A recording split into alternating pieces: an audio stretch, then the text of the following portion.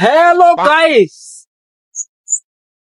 বাংলাদেশ গরিবদের মাঝে আর বিদেশের গরিবদের মাঝে পার্থক্যটা কি জানেন? তবে আমার কাছ থেকে শোনেন।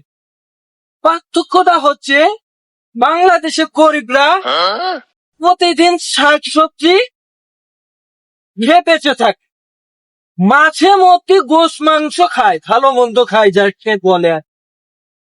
কিন্তু বিদেশে গরিবরা কি করে জানেন?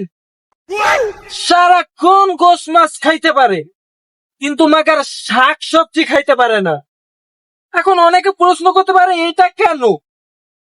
হ্যাঁ ভাই, এটাই কারণ বিদেশে শাক সবজির দাম প্রচুর, মাছ মাংস গোশ এইগুলোকে দাম খুব পানির দরে, আপনি পেয়ে যাবেন একদম পানির মতো।